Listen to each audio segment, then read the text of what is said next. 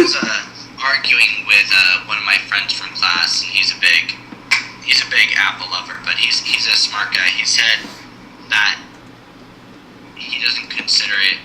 And this is, I think, a quote from the keynote. Actually, he doesn't consider it a netbook because netbook don't have dual core processors. There's a lot of netbooks that have dual core processors. What he's probably complaining about is that a lot of netbooks use Atom processors. But there's a lot of Atom processors now that are dual core. They're not hyper-threading. They're true dual core. It's really, I blame Intel for this, because Intel has made figuring out what chip you got in that machine the most confusing thing in the world. Because they have Atoms that are basically duos. They have duos that are basically Atoms. They have i3s that are basically duos. It's like, you know, make up your mind what you want to call it, damn it. It's like, and I have a feeling these Atoms they're going to be launching for smartphones aren't going to be Atoms. They're just going to be something else called the Atom. Do you think that the MacBook Air is at least a little bit more powerful in that? Oh, let's see. Let's look at the overall specs. Well, how many netbooks are there out there that have solid-state drives? Any netbook that you stick a solid-state drive in, really. We should be fair. By the time you stick a solid-state drive in a $300 netbook, if you're putting something like a 128 gig one or something in, you're gonna spend $1,000. You're gonna spend $1,000 because you're gonna spend like $500 on that solid-state drive. Yeah. It's like, so we should be fair there. $1,000 is a fair starting place with solid-state memory. However, it's integrated solid-state memory, not solid-state drive. So unlike with the netbook, when the price of them drops in 18 months, you can't swap it out for the next bigger one.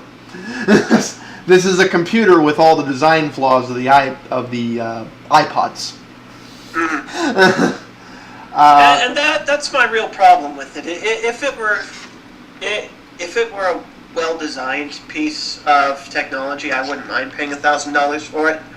But I just can't get into the idea that it's a well-designed piece of technology.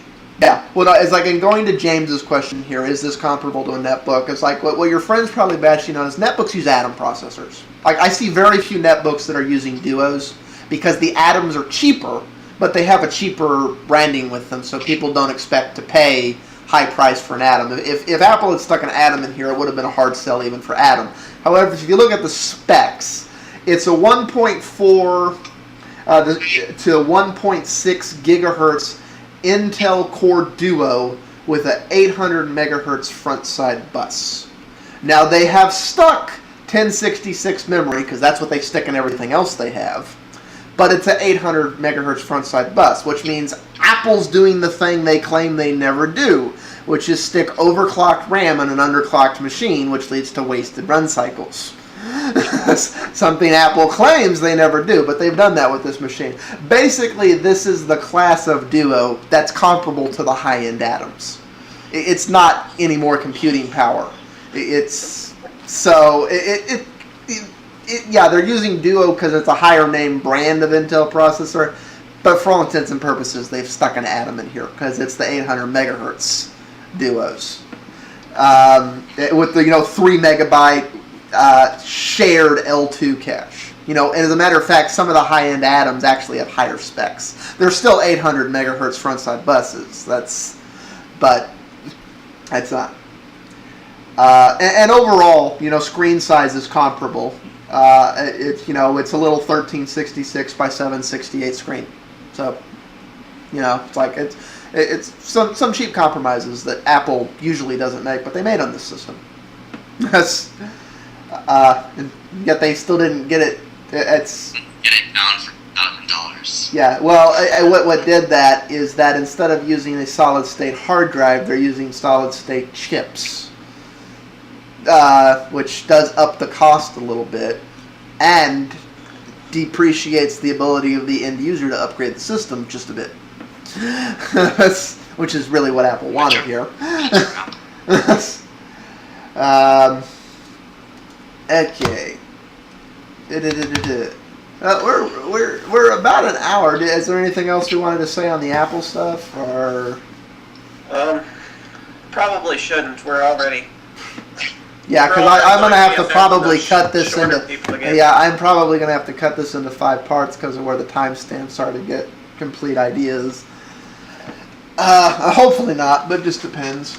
So I guess we'll leave it off there. And I'm sure everybody is now convinced that we're having is like, well, you talked about nothing but Apple. You almost secretly love Apple. Like, so I'm like, Wait, so you're probably gonna have to cut off what? Because well, that's ironic. You just got cut off. So what are you gonna have to? Well, it's like depending how much time and where the cuts wind up being and stuff, I might wind up having to cut this show into 5 parts. Because with the little snafu there and having to start other stuff up, some of these conversations may wind up being longer than 15 minutes, and if that's the case, I'm going to cut like at the 7-minute mark so that, it's complete ideas, not, oh, we're right in the middle of this sentence, and if you want to find the rest, go to the next part. I try and cut them into complete ideas if I can. Unless they... sometimes I put 2 ideas in a part, but I try and make it so you can watch one part and follow what we're saying. The stopwatch. Yeah, we didn't do the stopwatch, so I guess we didn't care about time this week. Okay, so we're going to go ahead and stop this off there all.